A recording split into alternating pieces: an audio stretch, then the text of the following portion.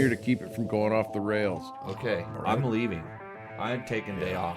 I'm fairly confident that I recommended maybe not that bike in that situation. Yeah. George is back as a Cholo. You waited through all those commercials just to see this. Yeah. Yeah, Can't button it. Can't get it buttoned. His neck's too thick. You know they say there's a direct correlation between the thickness of your neck and your waist. Yeah. That's how I try in pants. It's not your waist, it's thick. Yeah. There's a correlation between the other neck. It's my brain cells. The other neck and head. Ricky doesn't even know what I do. No. It's a mystery to me too.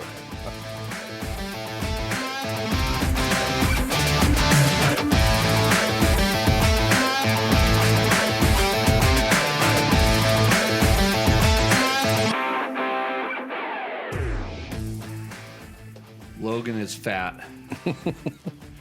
That's how we start the show. I'm going to start pushing those buttons. Those are cool. No, don't touch anything. Like, it's literally a shit show. It's been called it before. My name's Logan. Welcome to Tech Talk Taco Tuesday. This is episode number 220. My name is Jimmy Lewis. I'm joined tonight by a few people's favorite co-host. Not many, but a few. No, my following's pretty big. How many people in the class this weekend were talking about me? In a good way or a bad way? Well, it's irrelevant. It's irrelevant. Clicks. Yeah, that's right. Irreverent. As long as they spell your name correctly. So, show 220. We got some people in the chat. Of course, George was the first person to get in the chat. Wanted to be there. We got Gronk. Got Mark Daniels, who made it this week. He's got 4 tacos and 1 beer. I have absolutely 0 beers. You tried to quit, sort of. Tried. You throttled it back. I'm successful. But you said you got cravings, which indicates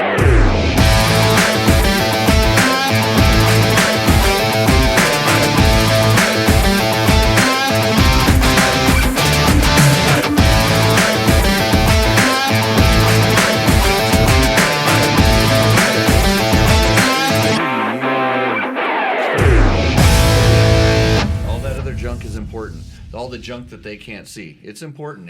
This is how we do this show. And you, when you walked by the camera, you see you messed it up. It should be over a little bit, but that's okay. We won't use that. Hopefully the feed is actually coming through. You getting it, Alan? Yep. Okay. I made some adjustments. I fixed some things. It shouldn't be as bad as last week, but this could be the last ever episode of Tech Talk Taco Tuesday. Do you know this? Yeah, sure. I mean, it could be. Could be at any point, because I currently have no more commitments. I'm not bound in any way to do this show any longer. Except how are you bound at this point? Had advertisers that I had contracts with that they've essentially. Oh, they ran out. I've let them all. Out. Well, a lot of them I let them go, and they were getting free advertising, basically. There's one that I have that I've actually have the signed IO on it, and it's going. I just haven't billed for it. So what's an IO? Insertion order is what it's called. So it's a magazine term. I'm from that era. But it's not something you need to have somebody sign on a date or something?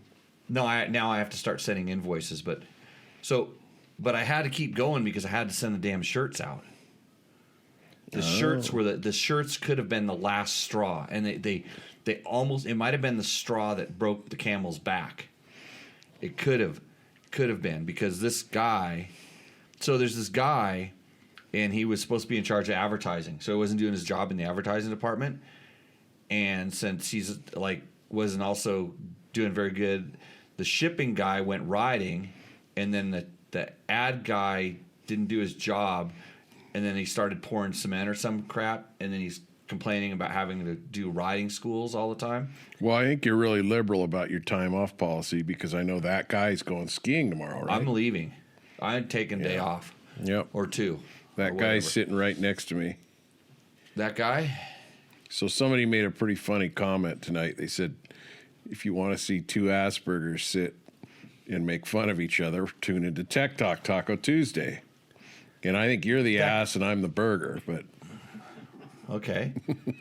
That guy actually said that in person to our face. Yeah, I think so. Yeah. That's good. It's our Good. Thanks. my new good buddy, Hose B. Yeah, Hose B. Okay, this show would not be possible without the help of all of our sponsors, which currently I'm actually going to keep courting them because I might send them some invoices here really soon. Yamaha Cholo Moto. By the way, Cholo Moto is hiring. If you're looking for a job, I might be looking for a job. I might be down at Cholo Moto trying to sign up. It's a lot easier to make a living doing that than probably being, just sign up. I could probably. I wonder if I could work remote where I don't actually work, where I just like pretend like I'm working. Yeah, there's a whole generation of people trying to do that one. I know. I had some before. Scott Sports Climb. You know why it's so cold in here, Jim?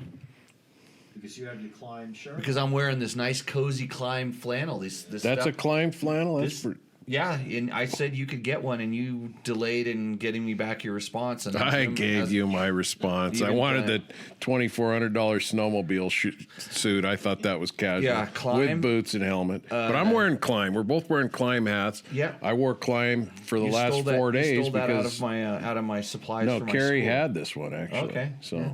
Climb, I DDC. stole it before. I did steal it. Trail Tech. We had Spencer from Trail Tech. He was so handsome last week that he broke the cameras in Tech Talk Taco Tuesday. Fast Company.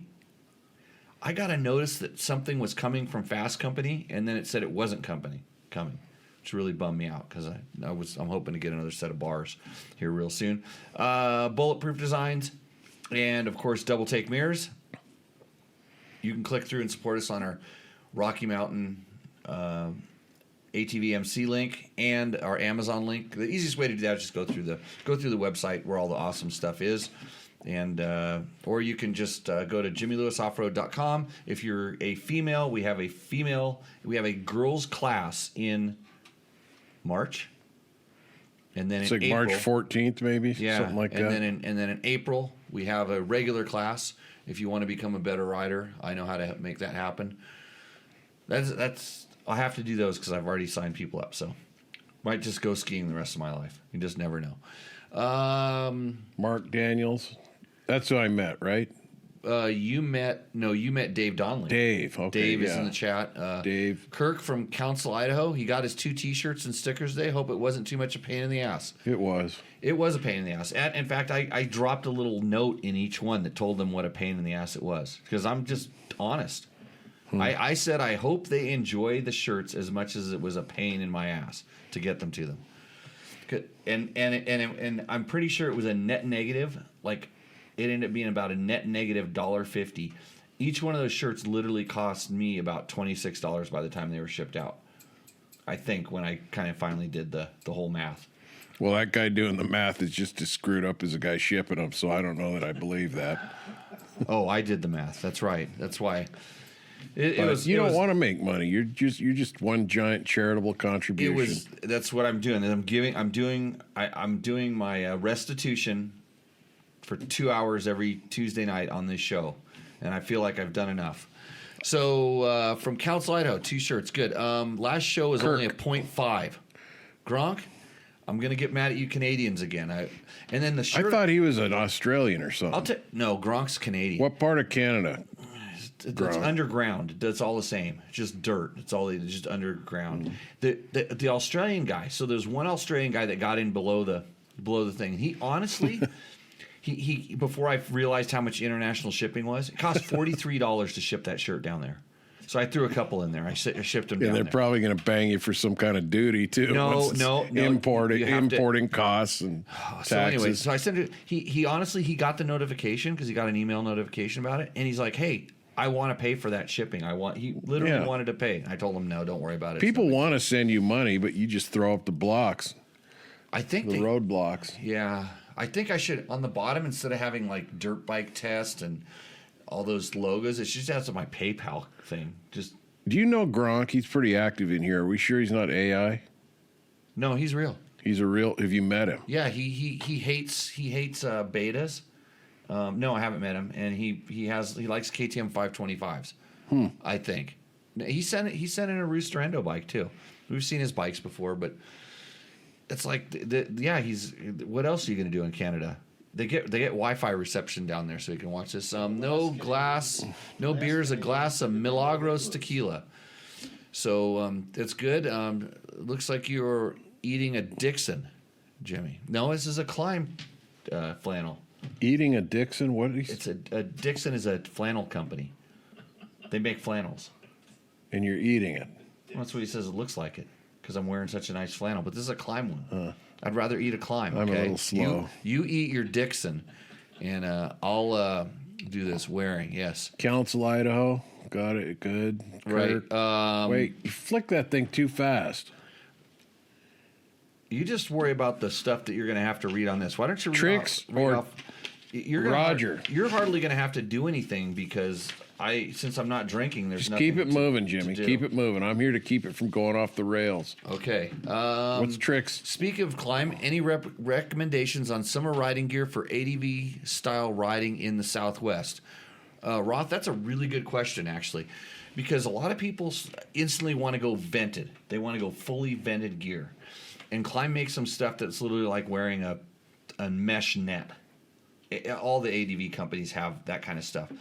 But the problem with that is it's going to dehydrate you. It's going to dry you out when you're riding with that stuff. So the good thing about some of the other Climb stuff is they have stuff that has big vents. So the average stuff, like I think my go-to adventure stuff is Latitude. I think Mine's it's called Badlands for Badlands. but if I knew I was dry climate down there, I think the pants I always wear, like in the classes here, are Mojave. I think, and they're vented. They're not super huge vented, but Right. they're vented in the thighs or something. Yeah, and when he says adventure gear, there's a whole nother level. I pretty much wear dirt bike gear the whole time, so I wear the Mojave stuff all the time, and then when it's not super dry and not super hot, at night I'll wear the Mojave stuff, which is the super vented mesh stuff. But yeah, Mojave gear for hot weather is what Impaired says. But I don't always go to the I like the Dakar before the Mojave. For the reason that I just said, that I can control the venting, and if it allows me to sweat a little bit and not completely dry out. So it looks like our buttons are pushed, things are working. Gronk says on terrible. He lives in Ontario. On terrible. Yeah. Oh, and he's a Radic guy. Yeah, he knows Radic. So Connor Steele, Jimmy, are you going to the SoCal rally? Probably not. I'm not going to go to the SoCal rally. And Dave Donnelly, happy to get my Tech Talk Taco Tuesday shirt. You know, with Dave, I just walked it across the street and left it at the winery because I guess he has a drinking problem too because he goes to the winery 2 times a week. Oh, he does. Yeah, Huh. yeah. It was easy. I didn't have to ship that one. So he saved me that little bit of price gap there. So did I. I got 2 shirts, and I just Picked them Stole up here, right off the floor. Harlan Miller, good riding around council. That's true. Bill Ono, got my shirts and stickers. Thank you very much, and I appreciate it. And Mark says the sound is good. Thank you guys for checking in and doing that. What else do we have? We have questions. I was going to go straight to the questions. This could actually be a pretty short show. I didn't prepare much. I was going to talk about this new thing I got. So some of the stuff that we're testing. I tested a KTM 300. Here's the piston right here. See, the camera is even. Oh, that's better my right now. piston, right? No, this is my piston. I did one. When? A KTM 300. I ran it out of oil. The one that I endoed? Yeah. That 24. Maybe that's why it ran out of oil. This is interesting. Oh, now I can blame somebody else the besides blame. myself. Yeah, you remember all the oil everywhere, huh? Oh, yeah. I thought it was all plastic. Well, I'll tell you. Well, yeah, you smashed the Let me see headlight, and the headlights are back ordered and stuff like that. So here's what happened, and it is on me because so ever since I've had that bike, the oil tank sensor light has been out.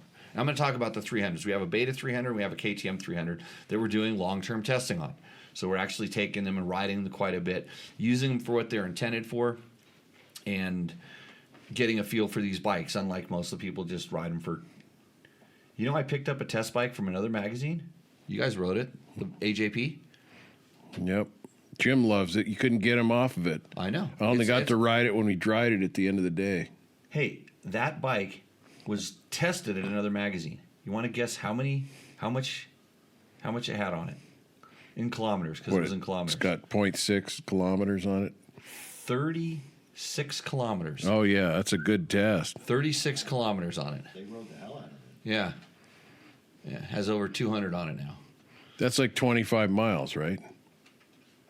Yeah, it'd be more like 20, but yeah.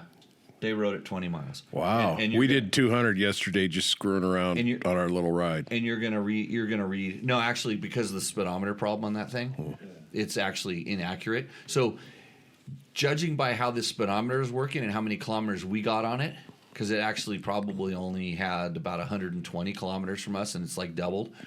If they put 10 miles on that thing, I'd be surprised. Anyways, that's too bad. Trust your But editorial they got sources. the clicks. Well, I think, if you push that bike around, you feel how heavy it is, and you kind of like, you look at it, it looks pretty cool. You push it around, like, I don't know about this thing. You ride it, you go putt it a little bit. It's like a big, like, I don't want to ride this thing.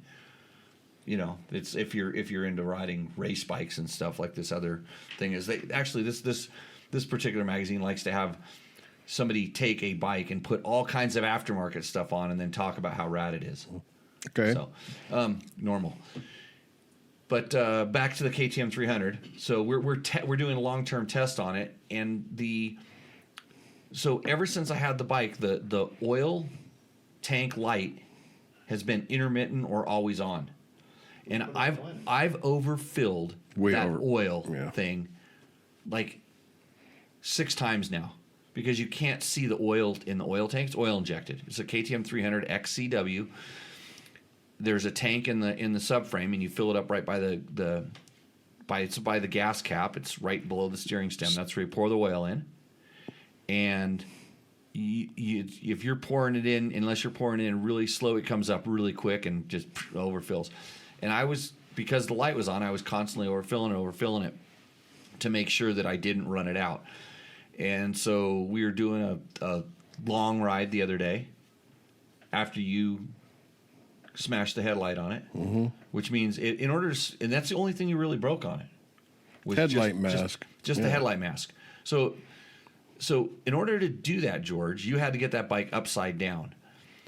And that oil in that tank because that cap is actually a little bit vented. That's how the oil can drain down inside there.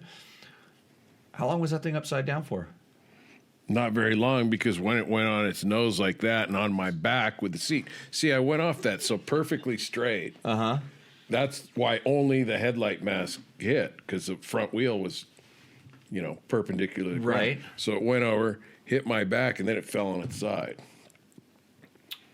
Okay. And it shoved my pistol into my thigh, and I still have a bruise here that I should show you. All right. No, I don't want to see that. Yeah. Remember, you're the burger and I'm the ass. And then I rode it how long after that? Like with the Didn't oil, seize up. so the oil all spilled out. No, Whatever. it didn't. So now is my refurbished cylinder on this bike? Nope. Oh, okay. They're totally different cylinders. Yeah. That motor is quite a bit new, and this is the reason I wanted it. After I got the bike from KTM, and they know like, he's going to keep her for a while. I said, hey, can you send me the top end kit? Some of the stuff was back ordered, so it took a little while. And I need the oil pump, and I need the oil sensor light, and a couple other little parts. And then after you wrote it, I called him and said, hey, can I get a headlight mask? Right. And then I feel pretty good about busting the headlight mask since you seized the thing. So then we went on a long ride, and since I had, you guys had probably took it and you put maybe a tank of gas through it at most, right? Not even that. Right. So I just filled it up, so I'm like, no problem. And we went out and we did one of our big tank rides, but we carried gas. And so lo and behold, on the way back, we're riding down a road going about 50, 60 miles an hour. We were kind of mostly done with the ride, and we were really low on gas. I mean, we were eking it in. In fact, both of the 2-strokes, that and the Beta, ran out of gas on the way back in. So we're just kind of going down this road, just, half throttle or something like that. And I'm just riding along, and it started tying up. It went like that, and I'm like, oh, it's running. I figured it was getting lean and running out of gas kind of thing. And then I was like, no, it's more. Pulled the clutch in right away. Just went, stopped.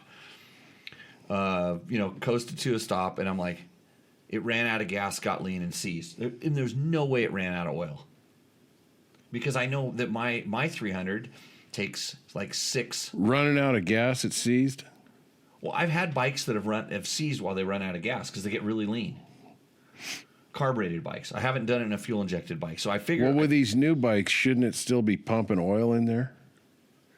Because it's not oil, or is the gas and the oil if there's mixed oil somewhere? in the tank, the oil is independent. But the oil, I thought we covered that. Yeah, it was full of oil. Yeah, it would still be pumping oil in there, but it would get extremely lean if it ran out of gas, and it could potentially seize. I don't know if it would be as drastic as a carburetor.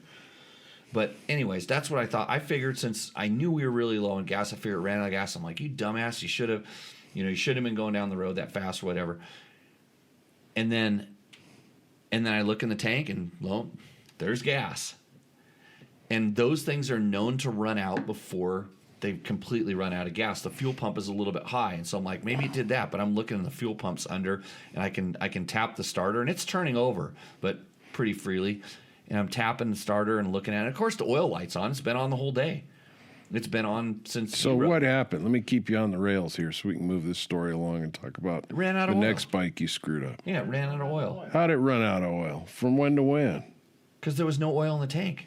Well, when I got on it that day, We put oil in it. we were talking about that, and you said something about it being full, but I had poured probably 6 ounces of oil in there because I knew that would be more Did than you what I would overfill it use. too? No. Oh, no, okay. and then you walked up and you said, "No, it doesn't need oil." And I'd already just, did the old Jimmy premix, but probably like 6 ounces because I go, it's not going to use 6 ounces in our little ride. Right. Okay. So I don't know what the oil thing was, unless the tank broke, but there's no signs of it like I leaking. said, it was full. But anyway, so that light didn't work, and so because the light didn't work, I figured, Yeah. and it's a lot smaller than my 300, and so we probably put 4 tanks of gas through it in that day. And I'll give you this: you got people riding bikes and stuff, so it's not like Right. it's your bike, and oh, gee, I've gone on 5 tanks of gas and I haven't put oil in it. Right. So yeah, we went through 5 tanks of gas, and sure enough, it ran out of oil, and it did a little 4-corner seizure. Thank God I felt it, and I didn't just keep on the. So I don't know why, but I was thinking this because I think I got on that bike to run it up the road and dry it off, and I was thinking, you know what? I could come in past Jimmy, and I could just start to drag the back brake, in gear, and I could act, and then just go, and then shut it off, and Jimmy would go, he sees that bike up, Yeah, so I spent a lot of 'Cause time. that's what I do, So I I pulled torment it. it apart. It left a little bit of aluminum on the cylinder. I was able to sand it. I thought I was going to have to ask them for a cylinder, and they're back ordered as well. But I was able to sand it all out. There's one little minor scratch in there, probably from like where it got. You can see here where it kind of compressed the ring, but it's minor. I would go. Yeah, that's nothing like mine. I did mine right. Yeah, you got yours the whole. You got it all the way around. This is just the corners. So yeah, I was able to put it back together and things fine. Works fine. I wanted it. I was planning on doing a top end because I wanted to see what it looked like at 50 hours, 45, 50 hours, whatever it was. I just wanted to see what the piston looked like. I wanted to see how easy it is to do, which is some stuff's really easy, some stuff's a little bit more difficult. In fact, the hardest thing to do on that motorcycle and changing the top end was disconnect the fuel line. Just where it is. Is it a different one or it's just No, hard? just the location, just where it is, where my fingers were. It was like literally that was the hardest thing. The power valve, there's a really simple reset thing. You plug the priming tool in there and you hold the throttle halfway open and it goes like it resets the power valve. And I checked the power valve to make sure it was all free and moving. And Scroll took the scroll up a servo. little so we can see if anybody's commenting on this thing. We'll check on that. Okay. So anyways, so yeah, I put it back together, and so everybody's, you're just bashing. But what I found out, and this is the biggest thing, is that these pistons are definitely not made of clay. Remember? How do you know? Well, I bit it. I chewed on it a little bit, but it's not Yeah, made but if it's compressed enough, it might turn to aluminum. Yeah, because I read on the internets that they're made of clay. It's not made of clay, and to be able to seize a bike and put it back together with just a piston is pretty good. There's some stuff that KTM is doing really good. I mean, just the packaging and how everything's shrinking and stuff like that. But don't think that that headlight shell was little brittle. Actually, the hand guards. Oh, you did a number on the hand guards.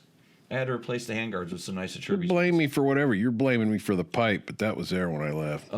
Yeah, dented pipe. Both bikes came back with dented pipes. Both two-strokes came back with dented pipes. And, but look, I'm learning about this bike, and then so they're like, oh, what about you think the Beta's the best thing ever? Well, guess what? Our Beta had some problems too. So our Beta, someone went to adjust the spring preload, and they unscrewed the shock body from itself. Well, that's not good. You gonna blame us on that? No, that was somebody else did it. Oh. Somebody else back in California did this. And then there's a couple. When we take these bikes out, things. We're gonna have to do like a rental car. Go around it with a video, all four sides of the freaking thing. Someone did that in the. Somebody did that in the school this weekend. She was good. Concerned about. Yeah, she must know you, Mr. Blamatron. Yeah. Ron Wilder got his shirts. Thanks, Ron. Ron was the big shirt order. He got the Ricky Brabeck signed shirt. He won it on the last show, even though was he in the thing? Did he show up in the chat, or did you just break down and give it to him? No, I just decided that the person. I said if he was gonna be in the show and watching the show, which he is now, he's making up for it. He would win it, but he ordered the most shirts. He ordered 7 shirts, so I just threw an 8th one in there, and he's all good. But it has Ricky Brabeck's signature on it, which, whatever that's worth. I got a truck full of monsters today via Ricky Brabeck. Yep. Steven Stanton says, Jimmy, can you buy a new bike, not a new George? You can buy a new bike, not a new George. He's saying that I'm precious enough. I can't be replaced. Thank you. Who is it? There's a line. Get his info, because he might be one of my 6 followers. At my gate right now, there's probably a line of Georges that want to come in here and be, hang out with me. Like that guy this morning that I was going to use a word that I'm going to refrain from using as far as he bought a bike for me and then he didn't want the bike. Yeah, well, it happens. People change their mind. Yeah. So anyway, I have his money, except it's all gone. Because my finance guy... You had it. My finance guy was supposed to be working on this T-shirt project, and he screwed up so bad that he was kind of going underneath. And then he put all the money that he sold the bike to into this building that's over there. It's laying on the ground. And that construction manager guy got all sidetracked working on somebody else's property. You're just taking... what you're doing, so with this recent thing with Trump where he's got to sell his real estate assets, you're just in a position where you're taking advantage of that situation and you're reinvesting in real estate, correct? Your money's going into real estate, your cash.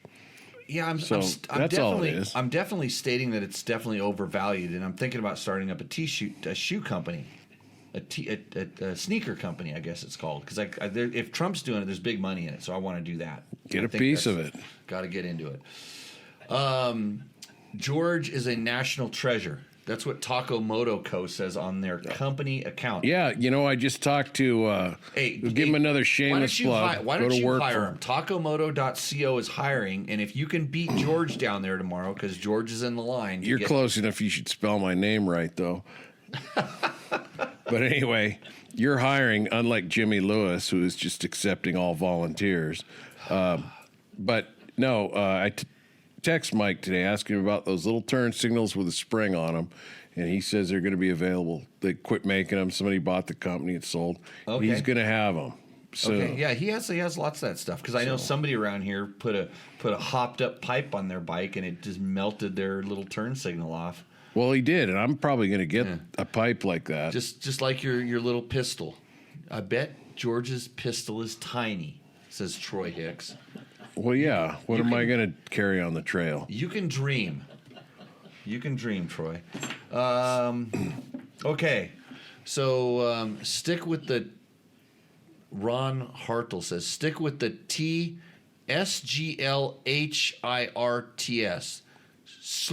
T-shirts is what he's trying to say, I think. But is he drinking? There's no money in T-shirts. If you're doing it right, you never touch that stuff. They click, and the point of manufacturer sends it out. And Mike Pearson, who won last week's Roosterendo, which if we got a few more entries, we could have done a Roosterendo. Nobody knows who won because that cut off on I know. the feed. I heard it got cut off last week. There's a question about that or a comment on it. He doesn't realize that he won with a quad. But, the feed didn't get cut off. There's a podcast version of the show.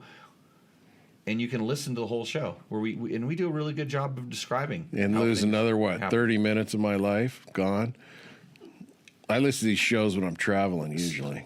I try to forget them. That's why I record them so I can. You know so what I there's like evidence. about this is honest. The other day I was going, what do I like about being on Tech Talk? It's the only time you and I can sit down like this and talk, because usually your head's down, you're grumpy, and you're doing this, and I'm trying to help, but it's not helping. So I just go away when we're around here in the compound. But we can sit here and You don't like riding with me, okay? So no, that's you're- psycho. you That's don't- just stupid. Don't Yeah, do you it. don't like That's riding crazy with me. talk. You like to. Well, both you and Jim like to come around and tell me how to do my job. You like it's. No, I think you we're call- more life coaches, spiritual advisors. right. Okay. Yeah. Why don't you hold this up and show where it was? Yeah, that was off on the floor of my car for a week or something. Champion of champions. Just But let yeah. everybody know what I am. Can you zoom in on that? I will zoom in on that there in the guest camera. Look at that. Just want everybody to know that I am legitimate. Yeah, Hot Shoe Hall of Fame. He was on the inside. You'll also notice back here, when I was racing Jimmy, I received the Racer of the Night first place trophy, along with my gold medal that dwarfs these. What are those things? ISD didn't finish or something? Yeah, ISD. I finished every one of them. Yeah. No drinking tonight, just tiny phone and big finger, says Ron. So, okay. And forgive the spelling, George, says Takamoto. I'm just starstruck being a messenger on Jail's show. Yeah. So, There you go. yeah, go to takomoto.co. I'm pretty sure they have their job listing up there, or to go to their Facebook page, takomoto.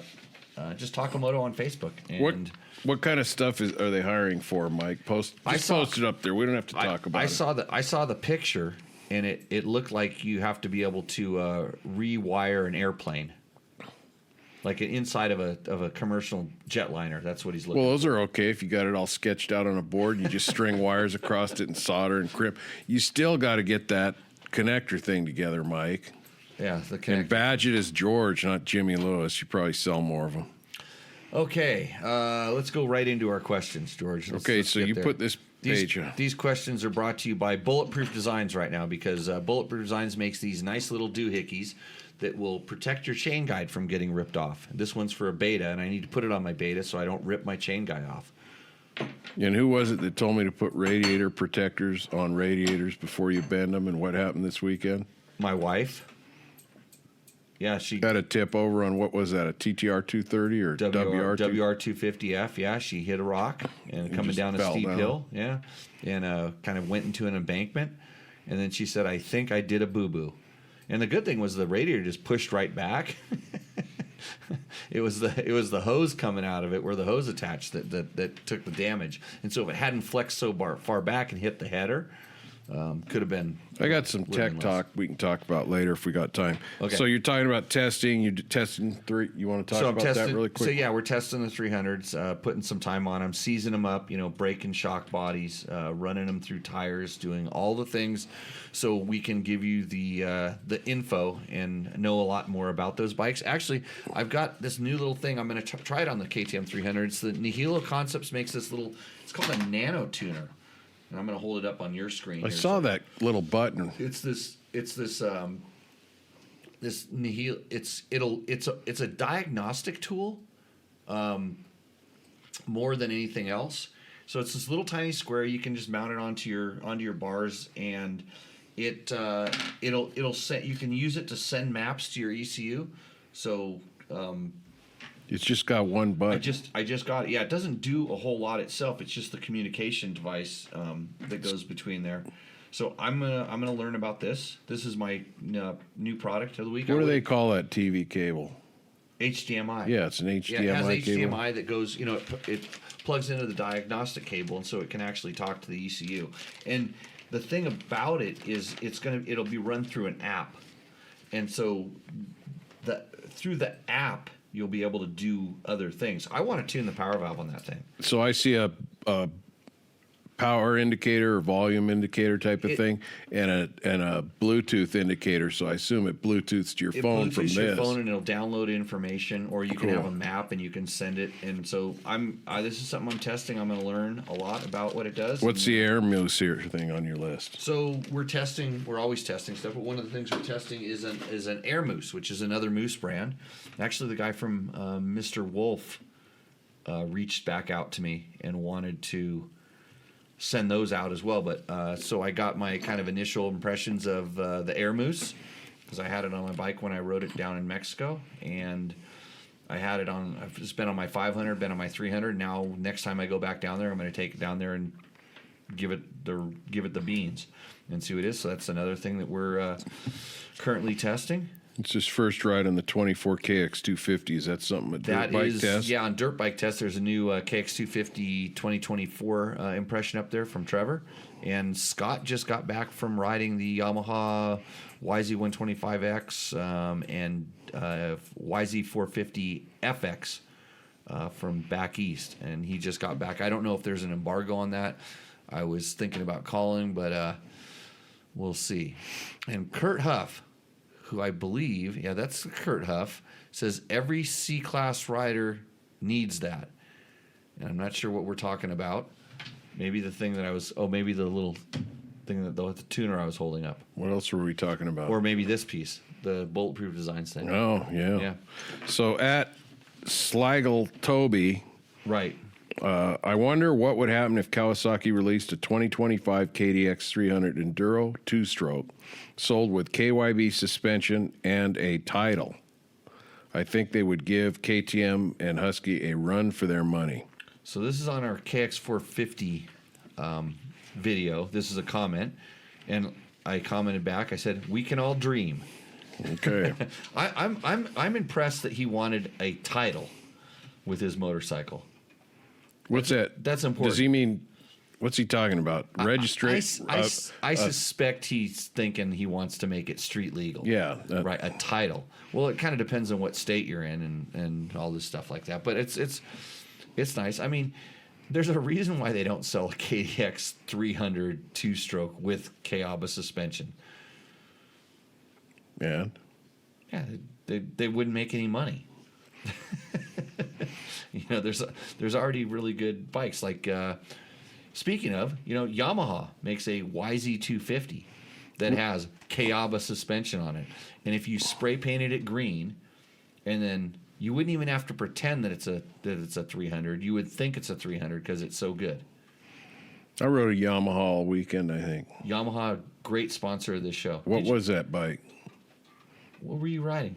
Needs some front brake fluid change or something. Oh, that was a WR2 older carbureted WR250. Yes, ran fine. Runs good. So at Irway 4449 about the TTR 230, he writes, entry level, the corporate buzzword. It's supposed to demean you into buying something far more than what you need. All over in this narrative. First, it's a stepping stone, and you'll need something more later, which is what a full-out competition dirt bike. This is a trail bike used to ride trails. Well, you know the rest. Okay. What did you guys refer to it as a starter bike or something?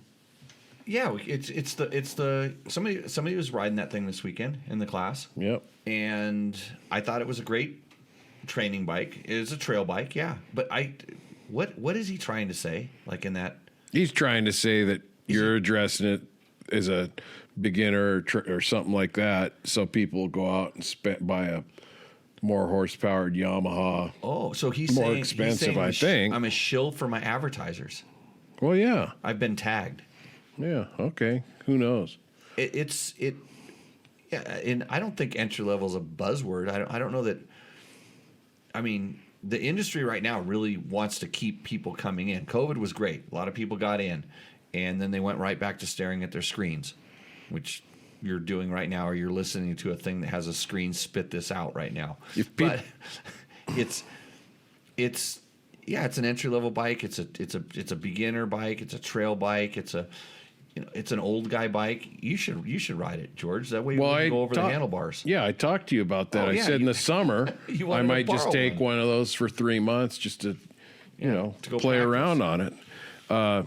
Yeah, practice bike, whatever. I mean, we had a new rider that went out looking for and should have been put on a bike like just this bike, a TTR Right. 230, but he got sold a bill of goods and ended up with a race bike. And Well, that's his dealer told him it was an everything bike. that's no bueno. So Yeah. with people like Jimmy saying this is an entry level bike, somebody listens to that, they might end up in the right spot. I'm trying to be accurate. I'm trying to Yeah. accurately describe it for someone who may or may not know, exactly what they're looking at. And obviously, that one guy for sure didn't. In fact, he asked the question. We had his question on the last show. He asked the question. And I kind of went through and explained the different things, and I'm fairly confident that I recommended maybe not that bike in that situation. Yeah, But- he was pretty adamant that the dealer guy sold him a bill of goods, which I'm sure that never what- happened before. That's what dealers do. So Mike Lunini, 3580 on the CRF 250F, says, why is Honda moving to trail rather than race? Because there's a market for that? What? Well, because they don't want to use the corporate buzzwords of entry level. There you go. No, Honda's not moving. Honda's made since day one. They've always had an entry level group of bikes. They've had in between bikes like the XRs were always like. They always kind of said an XR you could race an XR 200 or an XR 500. Hell, they were racing XRs in Baja, and then they had the CRs, which are their motocross bikes. They've always had a full line. Most manufacturers do. They want you to be able to walk into a dealership. The Japanese motorcycle manufacturers specifically, and now KTM and their brands and stuff. And if you look at what Triumph and Ducati are doing, and what a lot of these brands are doing, they want you to be able to walk in there and they have something to sell you. If you walk into a dealership, They want you to walk in and ride out. walk in and ride out. Yeah, they want to have Nothing something that's wrong going to with fit your needs. And whether you're a little kid and you're getting something that's just brand new and electric, or you're somebody that wants to ride your first dirt bike and it's happens to be a 1300 cc dirt bike, or well they call them adventure bikes, I guess. They call them that, yeah.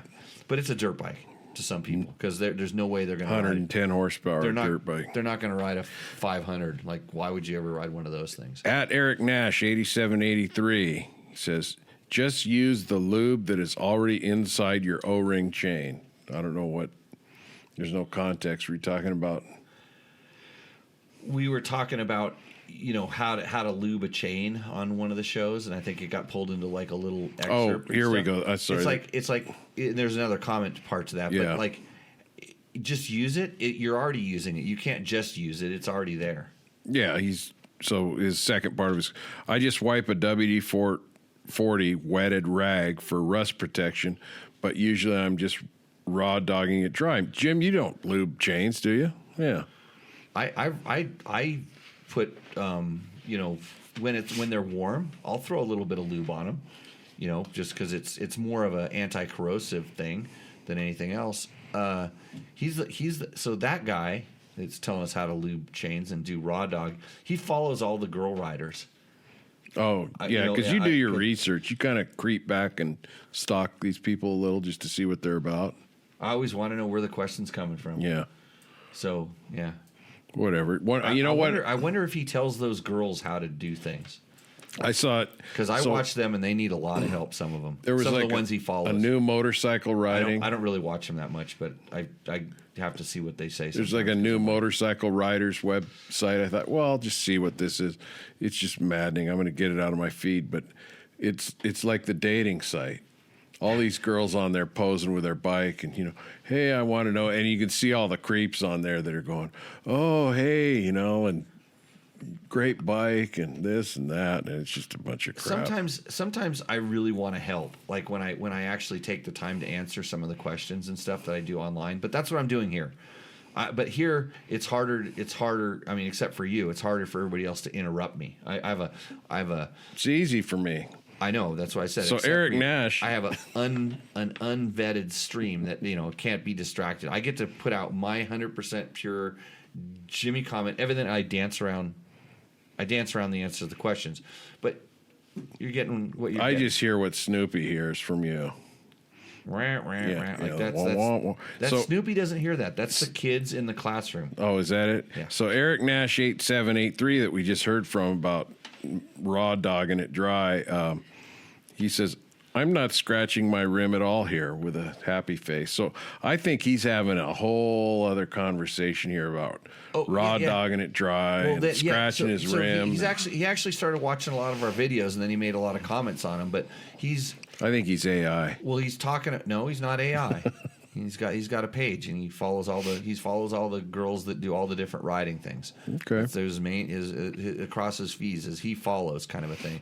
At NorCal Saint, I sold my Africa Twin. What did he say about scratching the rims?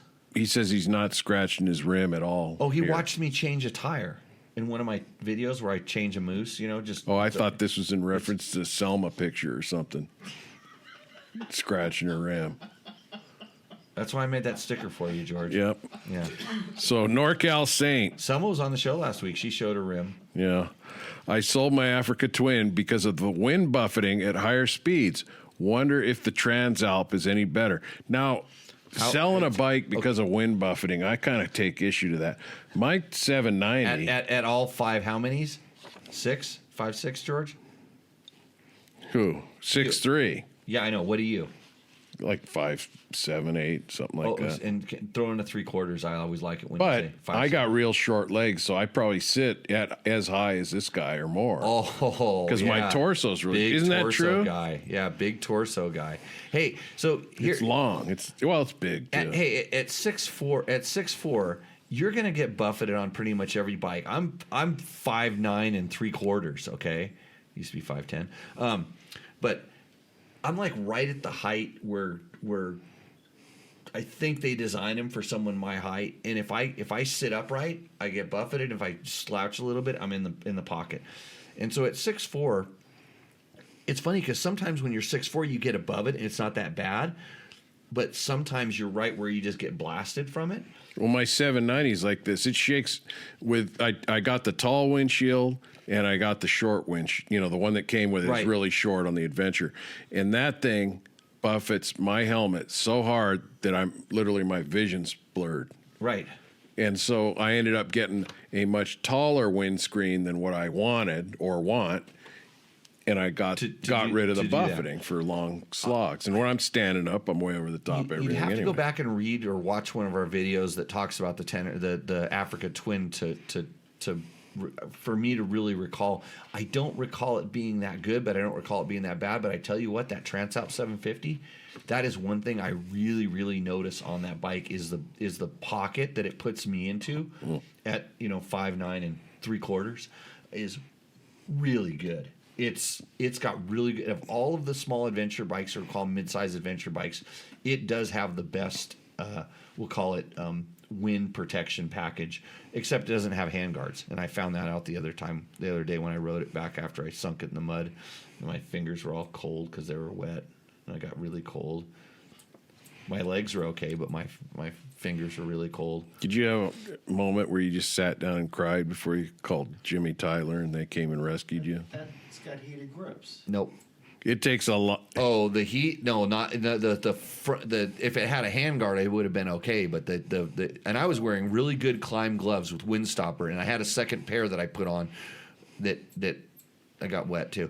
So the heat wasn't even good enough. Oh, the heat was good enough to almost burn my hands On the inside. on the inside, but on the outside, it wasn't doing its job. Just having a handguard would make a huge difference. But yeah, like so Ron here is saying at 6'4", it works better for me to shorten the windshield, because if you get one tall enough for my height, all it does is creates too much negative pressure behind the screen.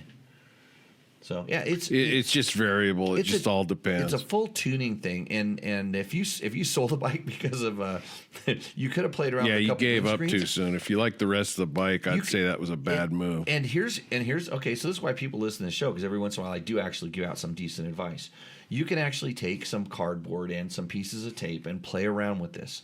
I used to do this when we were at Cycle World all the time, because guys would complain about like buffeting on certain bikes, and they were taller than me, and it was generally an adventure bike that we were testing, and everybody wanted to ride the adventure bikes because they were kind of new and hot at the time, like the KTM 950.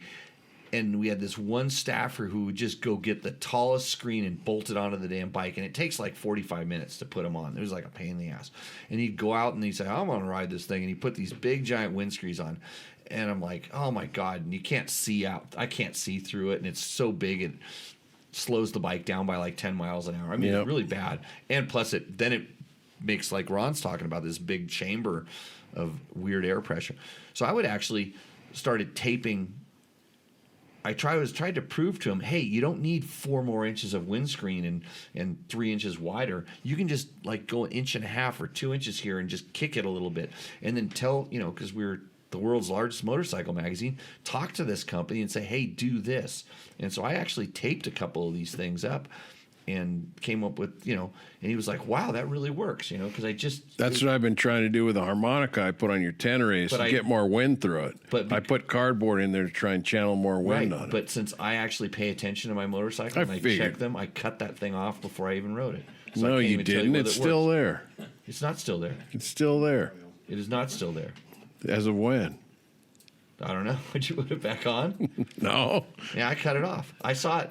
I went because I was testing suspension. I thought if anything will drive, you hold that out the window and it makes noise in a car at like 30. I said, if anything will drive Jimmy nuts, it's some new whistle on his bike. No, I find it immediately. But I figured you'd see it. I found it before I even rode it. Okay, AC Multi on my bike. 100 says, where can I buy this bike and how much? What's he referring to, Jimmy? Because you never give me no damn context. Gronk's mean. He says, if you can't handle buffeting, maybe bikes aren't for you. I used to think that. I used to really think that. I was the first guy to say, what you need is to look into some Triactin. We've talked about this. Yeah. If you haven't heard it, look into it. And that's Triactin like a man. But Gronk, I got to tell you, like I said, on my 790, in those 2 combinations of the short and the factory tall windshield, that my vision was blurred. You could not see because my head's shaking so much around. So it's a. I hear you, but yeah, I think it, and they can't. Again, it's just like suspension. Everybody says, "Oh, the suspension sucks on the stock bikes." It's like, yeah, every fairing sucks, but that Honda Transalp 750, the one he's specifically talking about, for my size, is one of the best aero packages cockpits that I've ridden in a long time. So. Where can I buy this bike and how much? That's where we were. What was he talking about? What bike? He's talking about the all-wheel drive Christini KTM. The video that Jim shot. That video that got like 3 million, 5 million views now? Yeah. The video that Jim shot of me riding the all-wheel drive Man, if KTM. that was your ticket to freedom and riding all the time, you should have monetized that one. It is monetized. It is. Yeah, you don't get money. You don't get nothing. You don't get. Okay, Delano7242. Just get a Rokon 2x2, which been around since the 50s. The Rokons or more tractors are cheaper, lighter, 100 miles a gallon, can float, use multiple fuels from kerosene, gasoline, ammonia. Rokon are the only bike to ever make it through the Darien Gap. I have a military type separate. New sense. I have a military type $3,500 2019 Kawasaki KLX 250 and a $4,000 2006 Rokon. The Rokon will go anywhere but slowly at 35. I'd say 35 is a stretch on those Rokons. I've been on those things, and they'll sort of go anywhere, but it goes 35 when you throw it off a cliff, which is what you want to do after you ride them with the when you put all that gas or whatever you want to put in your tires, because the tires are tanks. I've ridden a Rokon. I want 110 horsepower adventure bike with all-wheel drive. I don't want a Rokon. Yeah, I've ridden. If I want a farm vehicle, I'll get a quad. Okay? I've ridden a Rokon too, and reminded me of my mini bike days. I wonder if he's trying to point out something like he thinks that there's something I don't know about motorcycles. Could be. And comparing them. Something you haven't ridden. Something I haven't ridden. I'm trying Stephen not to. Charles GCS, best handlebar. What if you're 6'4" and stand up a lot? Well, Johnny Campbell's like 6'3", and he stands up a lot. Big and John. and that's the Johnny Campbell. And Big John is big. Big John's big too, and so we are talking on the show that Johnny Campbell's giving the advice and explaining about handlebars. And he's like, what if you're 6'4" and stand up a lot? Well, the guy who was giving you the advice was 6'3" and standing up a lot. So he listened to him. That's why we have experts on here, because you don't want to listen to my bullshit all day. At 64 max power. Lots of dog videos. Yeah, he has lots of dog videos on his thing. Oh, okay. Like a lot of dog videos on his YouTube channel. So we don't understand the difference between forged and cast triples, and I'm expected to believe that you could tell a difference between clamps when riding. I guarantee no one can tell a difference. He's calling you out, basically, right? I wish I would have watched some of his dog videos, because I'm sure one of them he has a video where he can tell you that he doesn't even have to look at his dog. He can smell the differences between him. Oh, I'm sure he probably can. Yeah, and I'm going to call bullshit on that, because really, you can tell the difference between your dog.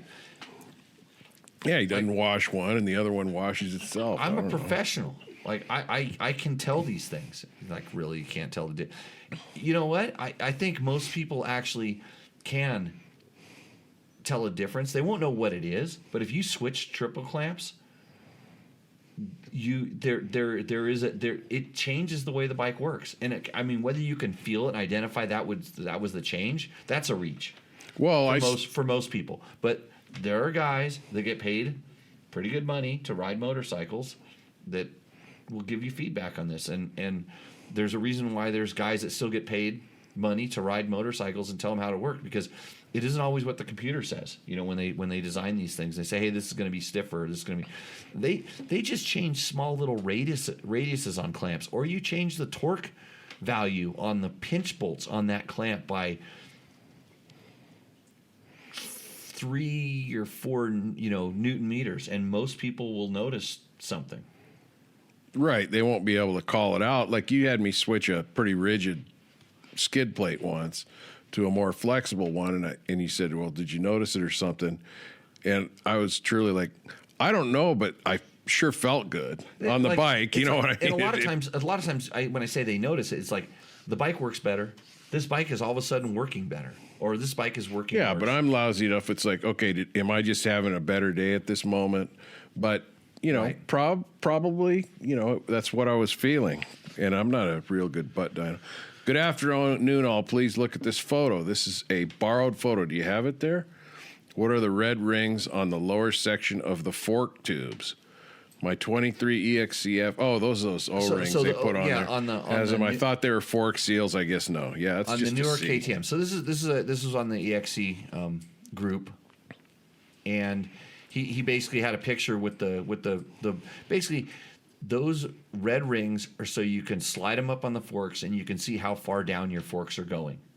Yeah, so it's a tuning thing. It's a tuning thing. And so a lot of times it's to see if you're using the whole stroke. That's what they're mostly used for. But there's times when we'll go through just a small series of bumps that you don't want the thing to be going too far down in the stroke, and you just slide them up and ride it, and you kind of see where they go. And that's what they're designed for. And I've seen guys that have like overfilled their oil, and then they're not going all the way down like they should. And I don't know on those forks if they go completely to the bottom or they just go most of the way down. Then in the picture he showed them about 1.5 inches up, which is like, wow, that's, you're not using all of your stroke, but it depends on what he hit before he did that, or however they move in. Jason Abbott liked your try acting like a man joke. Yeah, that's a good one. It's a good one. You use that. Learned that from some Amish buddies up north. Let's see. I wanted to use it this weekend in the class. Marco's got a thing. He says, let your wife ride you on the back, and then the wind will be blocked perfectly, and it'll be fun too. Yep. There you go. Carry a bigger purse and hold it up against your front of you or something. I don't know. Ron wants to know, would you be comfortable riding your T7 on a BDR with a front moose? It's tubeless, Nope. isn't it? No. Those tubeless tires? No, No, they have it's tubes. tubes. Would I be comfortable? Yeah, probably not. I mean, Is that a tall ask for a moose on a heavy bike like that? well, the thing is, if I was changing it every day, getting a new wheel every day, every 2 days, every 3 days, every 4 days, okay, I might. 4 days would probably be where I would draw the line, especially with the big tank. When you're heavy, and then it just kind of depends on how much speed you're getting. And not that the speed really kills them or anything like that, but how hot is it? How hard are you riding it? There's lots of questions. There's a lot of variables that go into that, but I don't really want to change my moose as much as I feel like I would need to be really safe.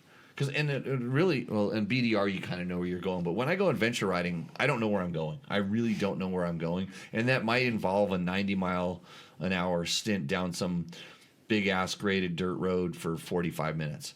And I don't want to sit there and go, well, I could go 20 miles an hour slower to preserve this moose, which, yeah, I would ride at 70 miles an hour, no problem. 90, you're asking a lot.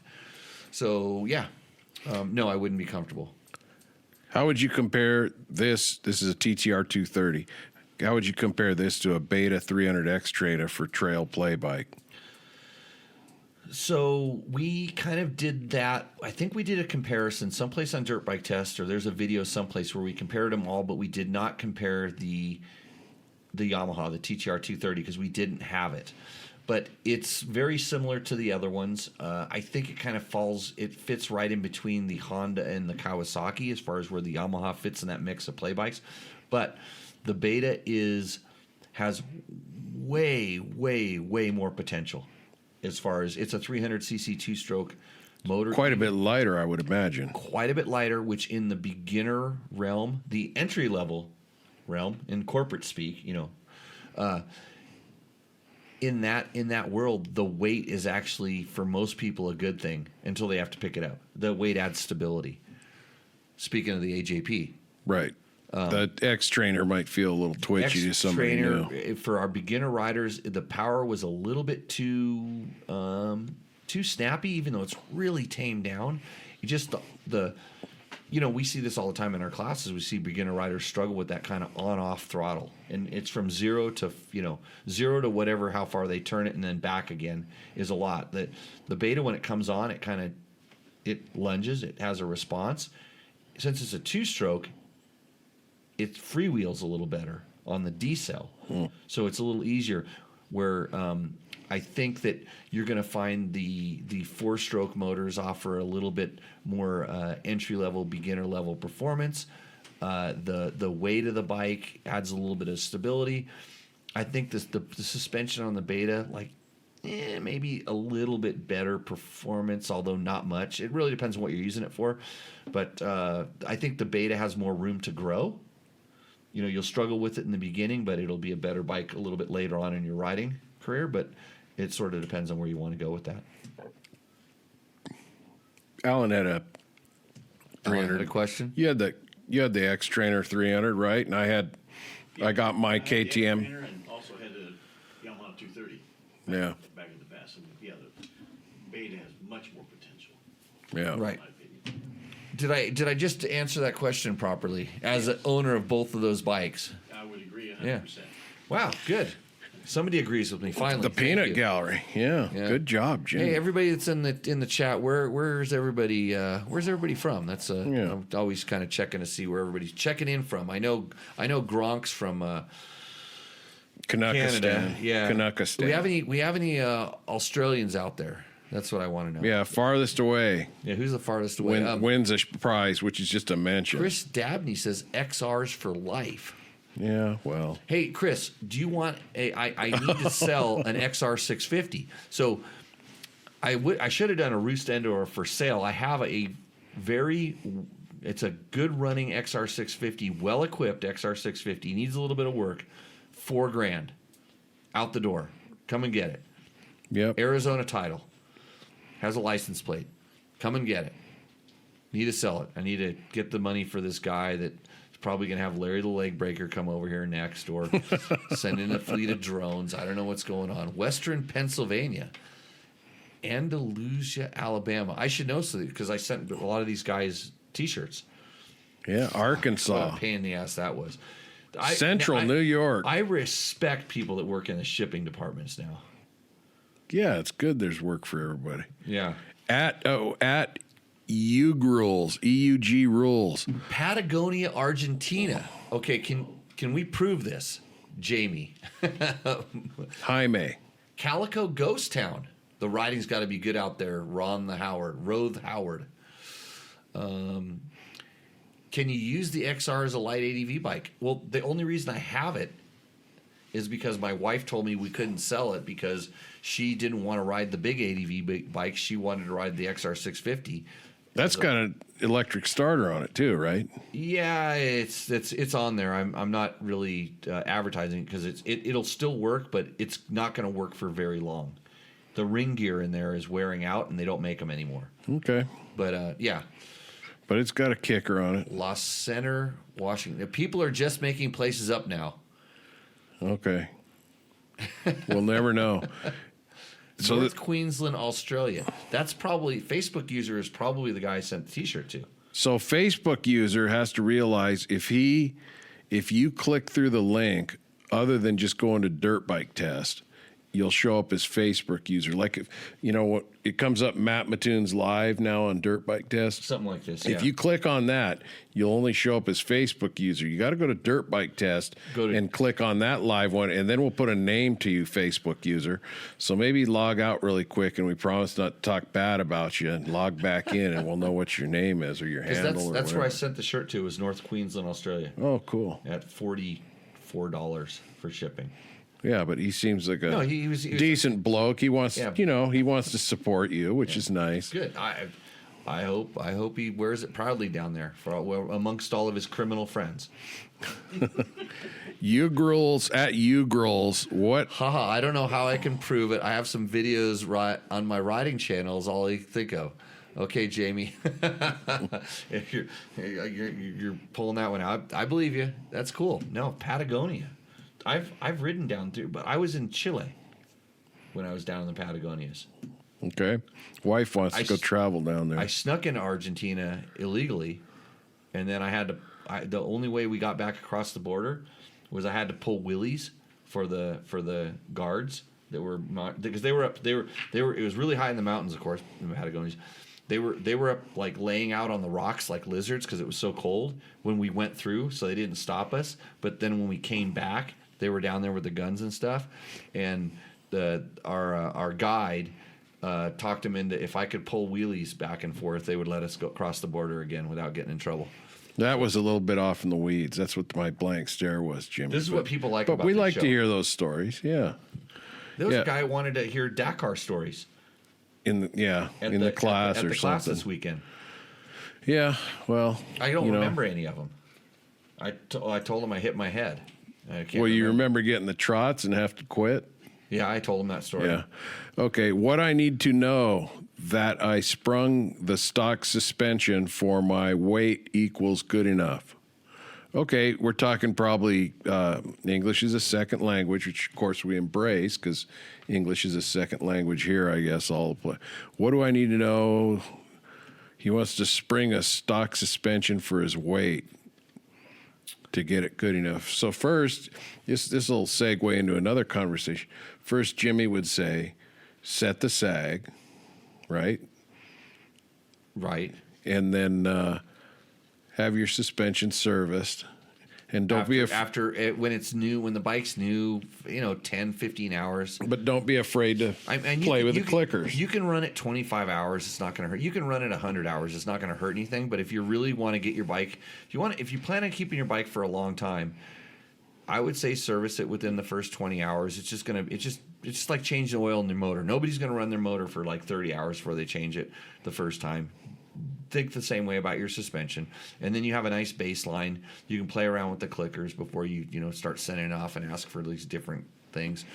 Do you have any more other information or the context of that thing? To this. What bike is he talking about? Or He said what I needed to know, that I sprung the stock suspension for my. Oh, he was talking about my Tenere 700 video, because I just released a new vlog on that, and so I answered all of his questions. Oh, good. Yeah, and so my video was good enough. So speaking of suspension, Or his suspension's good enough. I want to hear what you would say, because I think I properly regurgitated what you've told me in the same scenario. So we went on a ride yesterday, out to Death Valley, going along. Alan was going along, commented, we stopped, we were talking, he commented that he was getting kind of beat up, he's riding a Sherco 300 four-stroke. Oh, this is Alan's getting beat up. Alan's getting a little beat up, gets off the bike, kind of pushes on it. You can see it looks pretty soft. So let's hear what you would tell a guy standing there by the side of the road to deal with that, and then we'll talk about what we did do, advice I gave. So if you push on it, it seems like it's plush, both front and rear, and it's balanced. So balance is really important at this point when you're talking about it, because if one end or the other end is weighting the other one, it's asking one end to do more work, or it's pushing it farther down in the stroke and not allowing it to work. So I always look for a certain amount of balance in the bike, and typically, especially somebody that's Alan's size on a smaller bike like that, and whether or not it's been resprung, I don't know, but I'm going to guess that it's packing. It's getting down into the stroke. It's too low in the stroke, and so it's riding in a stiffer part of the stroke. If it hasn't been sprung. If it's been properly sprung, and then it's up in the stroke, then all of a sudden I'm going to go into valving, damping force, and then it's like, is it on the compression or the rebound side, or how is it moving? And most riders can't really distinguish between the two. So if you can't, it's really simple. Try one, then try the other. So open up the compression 5 clicks. Does it get better? Close the compression back down. Open the rebound up 5 clicks. Does it get better? That'll tell you which side it could be on, or maybe it's both. Maybe it just needs to be freer. But typically, when typically it's a spring issue with most situations, or spring or balance. So we started, because you kind of gave me the same advice and tuned mine up about packing it up, which made sense to me. So the first thing we did is we got on there and we saw that the clickers were all way on the low side for both. So very little compression, very little rebound. So we set them in the middle, and then what did we do from there? Because I was telling him you probably want to have it rebound faster and compress slower to keep it from getting up in that pack position. Is that correct? Yes. So that's kind Typically. of where we were headed. And I forget if we got past where we ended up, but it felt better. Has it been sprung for your weight? Don't know. No, that's the problem. But anyway, his just adjusting the clickers made a noticeable difference in the right direction. Right. They usually do. And I was saying maybe take 5 clicks of rebound off and put 5 clicks of compression in and see what that does. I did an ad for my suspension shop on the last show. Yeah, I know. I saw that. You said you don't watch Don't this drift. show. Well, I listen to it. I look at it if I think there's something I want to see. But no, so that was an interesting suspension.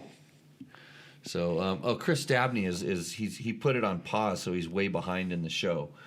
He's but the funny thing is, if you chat at any time, no matter what part of the show you're watching, I know my lips don't match what I'm saying because I have a special feature built in, so I don't want anybody to be doing lip syncing on this thing. But you chat whenever you chat, like if you watch this thing on the live feed and you type in the chat, even though it's not live, it goes into the chat and I can see it on the YouTube feed. You won't see it on the show, on the one that's publicized, but it pops up on the feed. In fact, a lot of times when I don't do a show on a Tuesday night, the chat gets a whole bunch of activity because people will go and they'll go, "Where's Tech Talk Taco Tuesday?" They'll click on an old show, and the chat is actually kind of active all the time. It's kind of like an answering machine on a phone. So if you want to think about what I can do about that. Yeah, you can leave really bad messages for me, but Mike Pearson says, have I ever ridden in Arkansas? I believe I have. Don't remember when. But when I used to travel all over to do enduros and ISD qualifiers. So pretty good. Mike Kamet says, Cole Smith, Townsville, Queensland. Cool. I did a ride with Roy Kunda. Oh boy, we're now getting off in the weeds. See, even the chat gets off in the weeds. Yeah, I know. Can't So help it. is that's so the last comment there. Impaired. What's that? Oh, public. The broadcast cut off before could see Roost or Endo. Oops. Yeah, that was last week. I tried to fix it in the podcast, but it was something changed on the settings. Victor, I'm showing off God. my Tech Talk Taco Tuesday shirt. That's why I didn't wear my flannel, my poser cholo. And I don't have my glasses on, and I'm not really. And I'm talking wearing my to- glasses so I can read the comments because it's a janky system in here. You can't see nothing. So we don't beat cholos all the time, Victor. So That's only a Halloween. are you thing. anxious to check out, or do you want to talk more tech stuff? If you have more tech talk, that's what So I'm we here had for. a It's part of my restitution. we had a bike. We had a class this last weekend. Big class. Yes. A lot of good people. So 790 guy just tipped it over in the sand. By the way, you can go to www.jimmylewisoffroad.com to check out when our next classes are or to become a better rider. And if you're a beginner rider and you want to get into riding, you want to learn how to ride properly, we have a beginner rider video series that is $40, I think. And it's all the stuff you really need to know, and you have no idea how important it is till you come to my class. Even though you check the box that says novice or intermediate, I guarantee you're missing out on something that's in that thing. And for $40, it's probably the best $40 you could spend on your riding, even if you're a novice.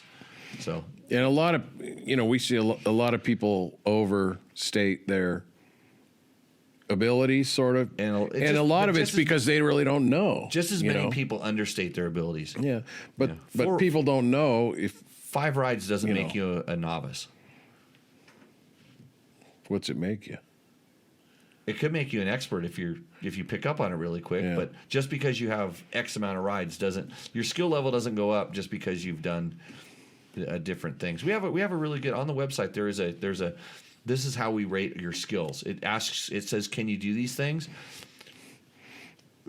Most people have refrained from that. Okay, so a guy with a 790. So, a guy with a 790 tips over in the sand, and then has no electrical Wait, connection. that's a 690. 790. No, the 790 was the one that fried the clutch. Oh, you're right. Right. You're right. As Anyway, usual. 690 tipped over in the sand. No signs of electricity whatsoever. We were out in a remote area, didn't have any tools between us or anything. So should I just talk about what we did to try and figure out what was going on, or you want to talk about the things you'd look for? Because I'd be curious. So the first thing is when he tipped over in the sand, I was like, okay, turn the key off because the tip over sensor. Okay. People a lot of times forget this, and depending on the bike, sometimes you can just cycle the on-off switch. On a lot of bikes, like my Tenere or that Honda Transalp, when you lay it all the way over, when you lay it over, there's a tip over sensor, and you have to turn the key on and off to get it to cycle back on. But on all those bikes, wouldn't you still have some indication that there's power to Yes. the bike and instruments? Right. Had none of that. No power. So at that point, if there's no power, then typically it's a battery terminal cable. Right. Ground to the frame is kind of common. KTM's are probably a little more. Even just sometimes there's corrosion on the battery terminals, just enough to where there's a jarring, and that's enough to make it loose and it loses its contact. So I always go to battery terminals, Yep. followed immediately by the fuse that's right there, one of the big main fuses in that area, if it isn't the terminal. And then after that, who knows? So that's kind of the direction we were all trying to, fool with and everything, no tools. And what I ended up doing, I sent for the truck, and then standing around is all I could find was, in the desert, I find wire all the time. in my spokes, in my rim, wrapped around my sprocket. Couldn't find any wire, but I did find a tire pressure gauge, with standard metal tire pressure gauge. So the first thing I did was I tried to arc it from the positive to a ground somewhere, and got nothing. So I got nothing from that, no kind of spark or anything. So then the second thing I did That means, so is with the key, but I thought it still could be a ground. Maybe I Right. got no ground. So I turned the key on, and I tried to do the same thing with a negative and arc it to ground, hoping, if the lights went on, that'd be, okay, I lost a ground Right. somewhere.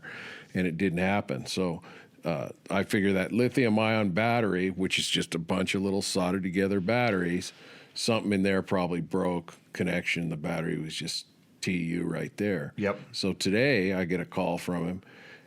We started talking because he didn't really know what I did to test it. He didn't voltmeter it before he took it off or anything like that, but he put it on some kind of charger overnight, and he says now it's all good. it's all good. And I told him to put a voltmeter on it. Yep. And start jarring it around, maybe hitting it with a wrench on all sides and see what happens. I'll tell you something that I've noticed with lithium-ion batteries is they have a shut-off when they drop below a certain voltage. So, and I've had this, like, if you just leave the key on, they go to a certain voltage, they drop down. Until you put a charge on them, they will not come back to life. There's a cutoff inside there. It's meant to save the battery.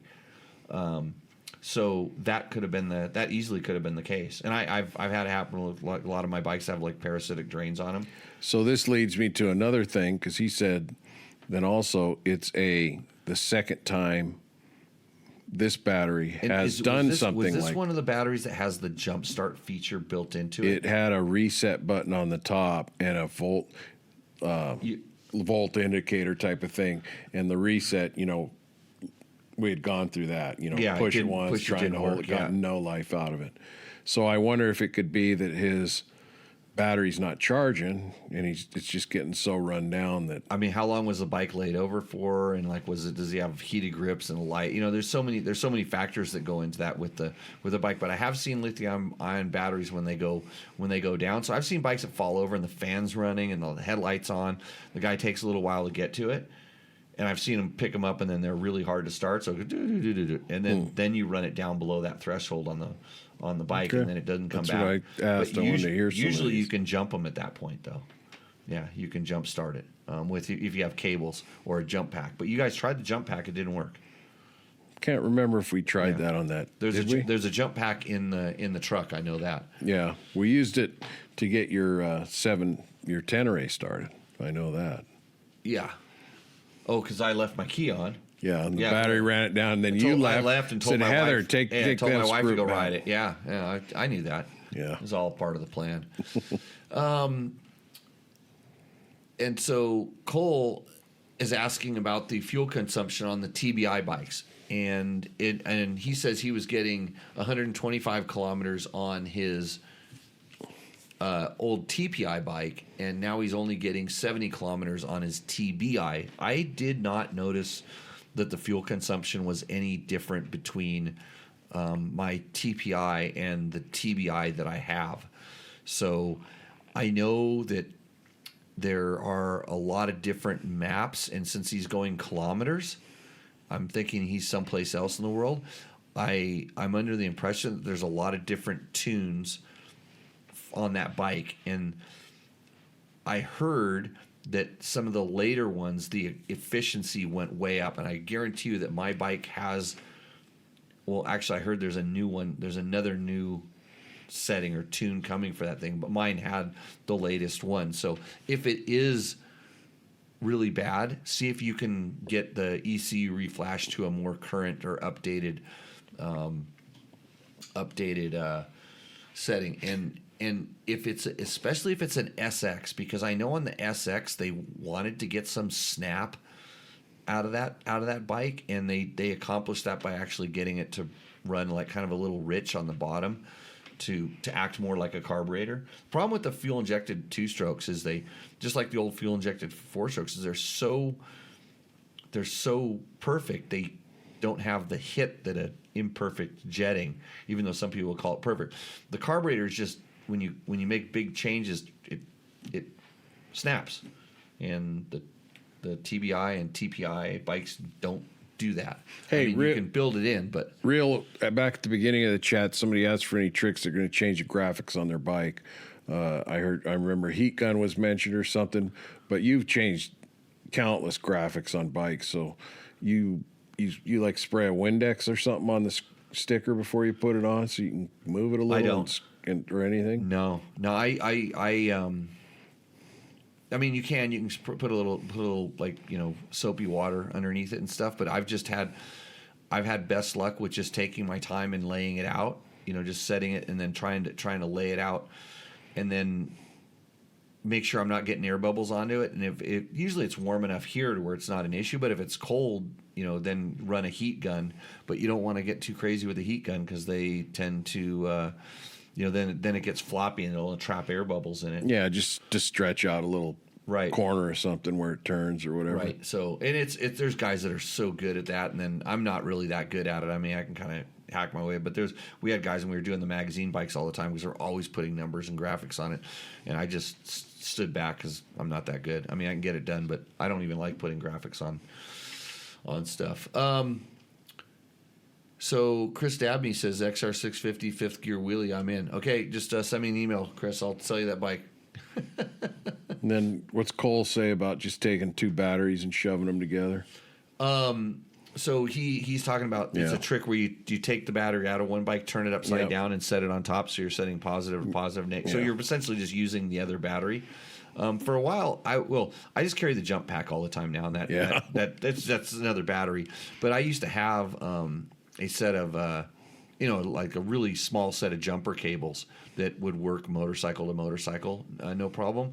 And then the other thing for my KTMs is I carry that capacitor thing. It's something you can get at Taco Moto. That's tacomoto.co. There's basically a capacitor that I carry with me. So in case your battery does go bad, your bike will still be able to run. Right. So, because most of the KTM EXCs, a lot of the bikes now, if the battery's no good, you don't get to ride because the fuel pump doesn't. And I come on. probably sound like a old points ignition guy. I don't want any of that electronic stuff, or I want a carburetor. But like on my 790, I'd replace the battery. I just put another lead acid in that thing.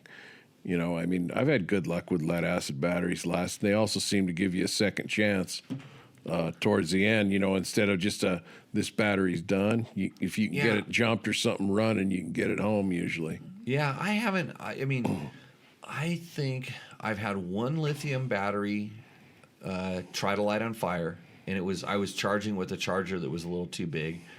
And it's funny because off the bike I've also put it on another lithium battery and got it to like expand. So this charger is just not good for that battery. Stop doing that. But other than that, I haven't had any. Other than batteries just going plain dead from just sitting, I've not had any like lithium ion problems. I know that when I adventure ride, I'm pretty careful about when I'm charging stuff off of the bike, in the evenings and stuff like that.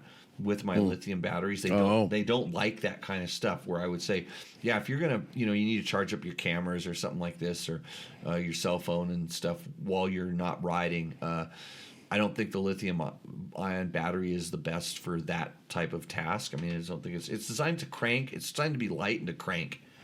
To give you some crank apps. So especially the ones in the motorcycle. I think when they design them to do cranking, they're not good at slow discharge. So anyways, any other questions? No, nothing written down, nothing in the chat. I don't think. Yeah, a lot of comments, but again, if you're looking for a job, even if you're in Australia, the commute's not that bad. You can go to tacomoto.co and check that out. What else is going on? Let's see. I was actually not going to do the show because there was no race this weekend. I knew we wouldn't have anything to talk about. We always talk about the racing. Yeah, right. You do. Just your racing. It was once upon a time the sun was coming up over a sand dune. Right. And there I was in all my glory. Balls on That's fire. what old guys do is they relive the past. Mm-hmm. Thanks everybody for chiming in, chatting in. We got 52 people that are currently chitter-chattering away. It's good. Is that I got another shameless plug for the Jimmy Lewis riding school is we were on our little ride, 4 of us, and in Death Valley, and we ran into one of the students from this last weekend's class who was down there, met his son, Jacob, and he had another friend with him. They were camping down by Echo Canyon somewhere, I guess. He had kind of a, what do you call it, Earth Roamer type of rig setup thing. But anyway, so then they were going, oh, we're going to go down to Shoshone or something. Well, we got to get back, and how much gas do you have in that DRZ? And it was, he says, oh, I got maybe 50 miles. And we said, it'll be all that to get down there. You want to go back to Furnace Creek and get gas. So we gas up. Now there's 7 of us? 7 bikes in tow. I look in the mirror, I'm out front, and now there's only 3 bikes.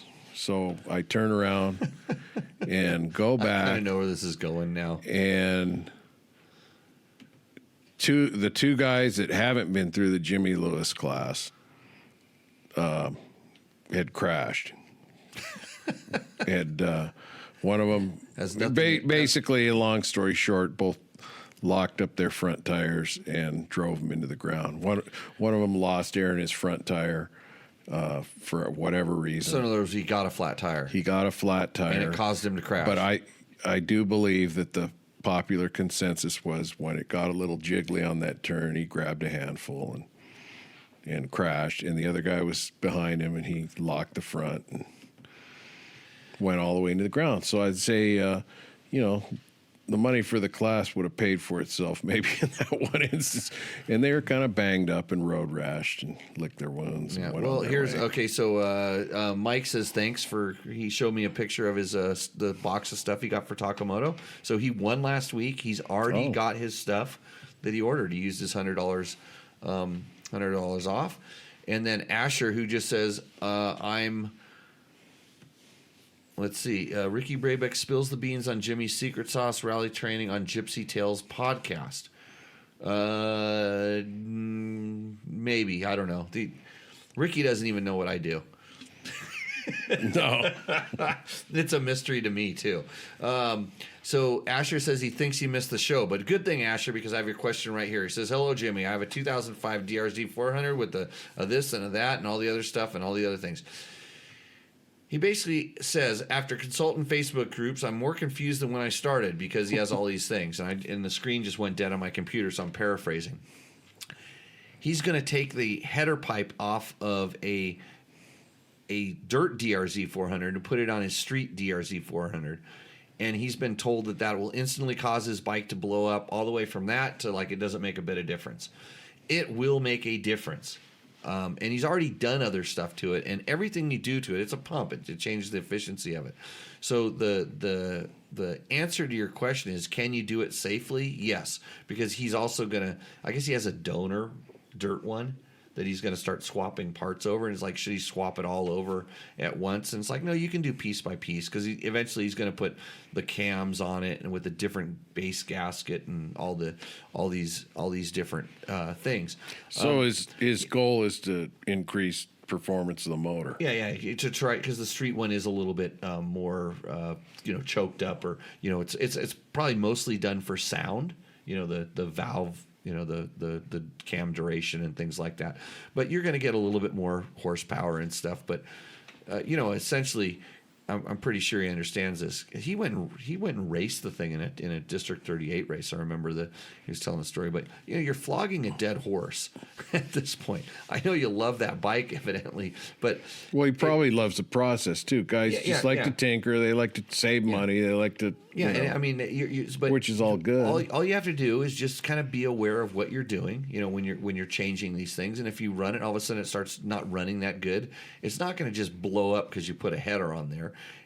It'll probably blow up because you mistimed the cams, and then it just drops a valve into the piston.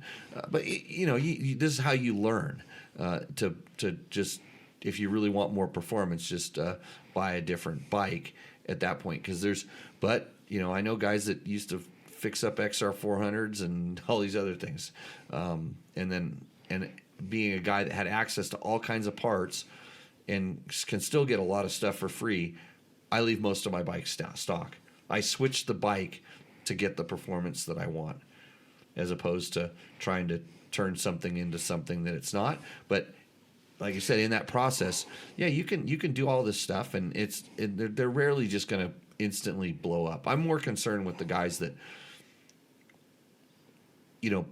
pop an ECU on their ECU on their bike, and the first thing they want to do is go rip it down the street and hold it wide open, and they've never held it wide open before, even with their stock one. It's like, you should have just held it wide open stock. It's pretty impressive. So if his goal is just to get more performance out of that bike, that's okay to to do that and maybe expect to get some kind of performance change. But if his goal is to do better in the racing, I'd say he'd be a lot better off learning how to ride better and safer at jimmylewisoffroad.com. Oh, thanks, George. Yep. And he would probably be safer, and speed would come along with that. Yeah, and because you could take a DRZ out on one of those races and slay certainly the people in this room.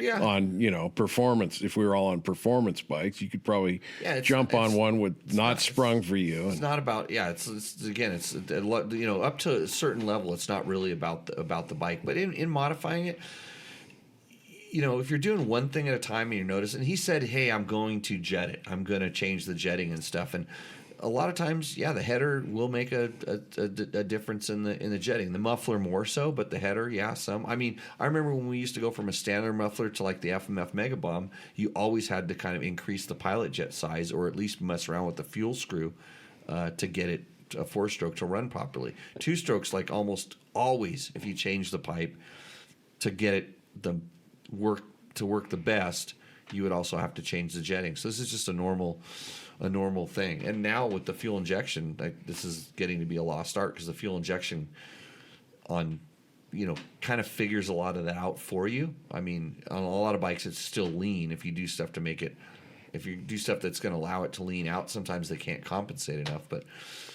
do what you got to do. So, cool. Glad Ricky spilled the beans. If you want to do rally training, reach out. Didn't talk much about Nora, but that's coming up. That's going to make me pretty busy.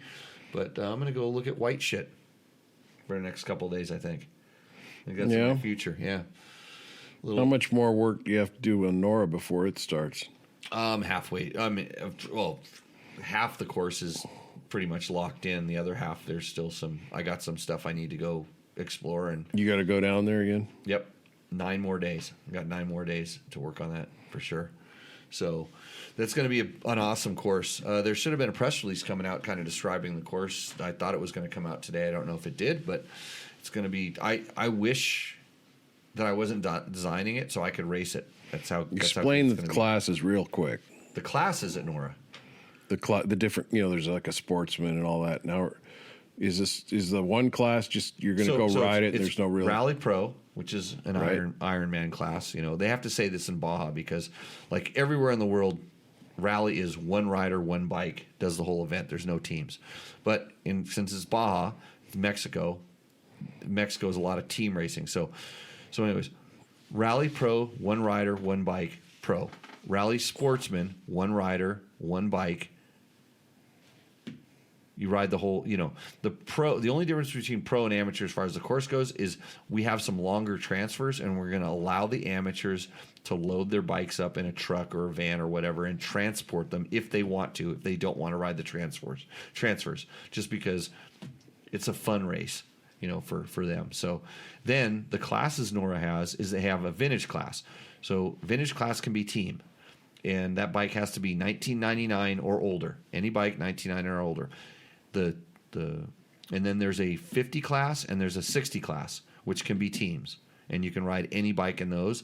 And the rally classes, the Rally Pro and Rally Amateur can ride any bike. There's no bike classes, so it's pretty simple, pretty easy. But yeah, you have to be old to be on a team, like 50. You have to be 50 to be in a team, or you have to be riding an old bike.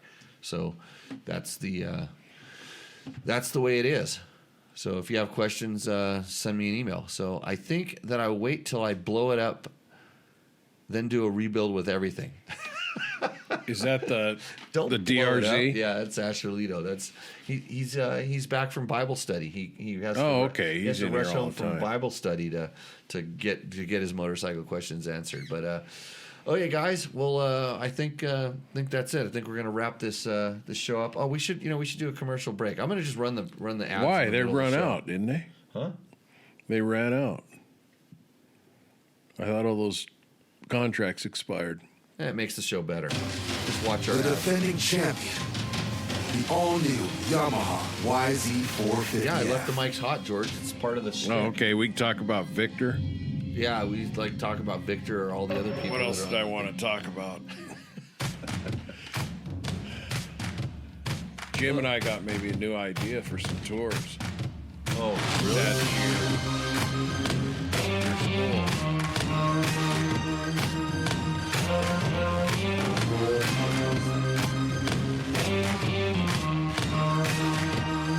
Gonna have the wall of shame for 300 pistons. You got mine somewhere?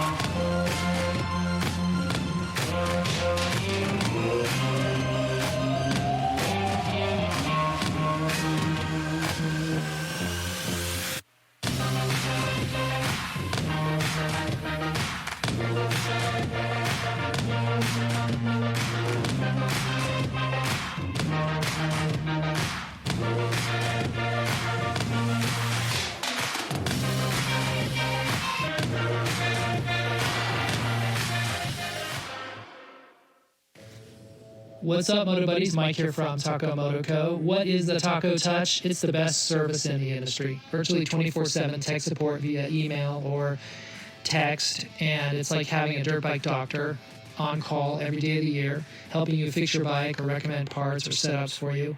If you've ever received an order from us, you know that the Taco Touch extends to our fulfillment, and our orders come with the coolest stickers that you've ever had, buying parts from anybody before, and a handful of root beer barrel candies. All of our Taco Moto co-branded components come with a no questions asked lifetime warranty, and we'll even extend out the warranty of other manufacturers, OEM, and aftermarket parts where we can, sometimes for life. We test and tune endlessly and exhaustively and obsessively. We're trying to destroy everything that we can before you get your hands on it to look for weaknesses and to improve it, or to make recommendations to the manufacturer. And if it's something that doesn't meet grade, then we don't offer it on the store. Everything that we carry is something that we have personally used, tested, ridden, and raced, and knows meets the high Taco Touch demanding standard. Go out and get some adventure.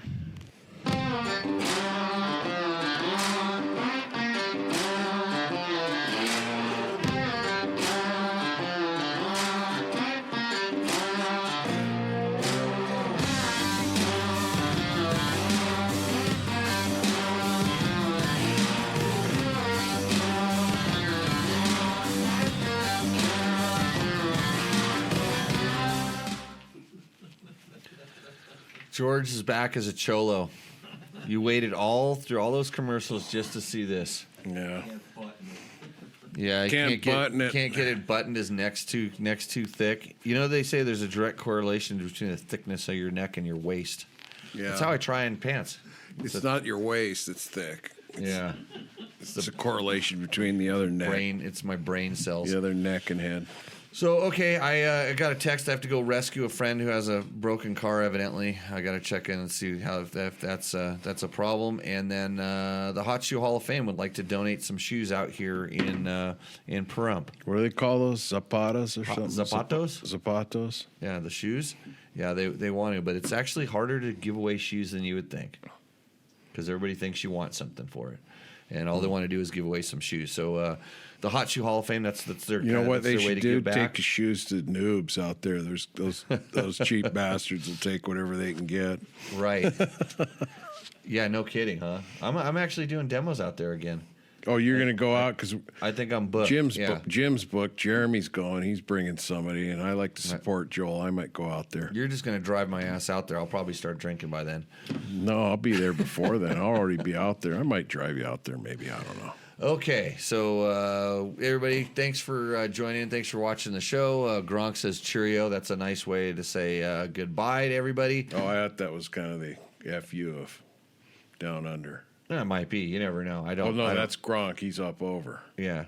No, he's underground in Canada. Yeah. So- Okay. There's Victor. we're going to be testing a few things, mostly how well my skis carve powder. That's it. So with that, everybody, we will see you out on ya. the trail. And we Cheers. do see people on the trail. Oh, yeah. How to make this damn show end? That's what they're all asking themselves. I know. That wasn't it. That was No, that was it. There's a thing over here that I push. There's a button someplace. The best part is if you got to watch it live, you're good because this show is going to take a long time to get put up on the internets, and I from can't the ski find slopes. I can't find the end. Here's the outro right there. There we go. Cheers, everybody. See you. If you liked what you saw in this video, come check us out over at dirtbiketest.com on the webs. We have bike tests, product tests, a lot of fresh dirt, and you can even support us by clicking through our links. Hopefully, we'll see you out in the trail.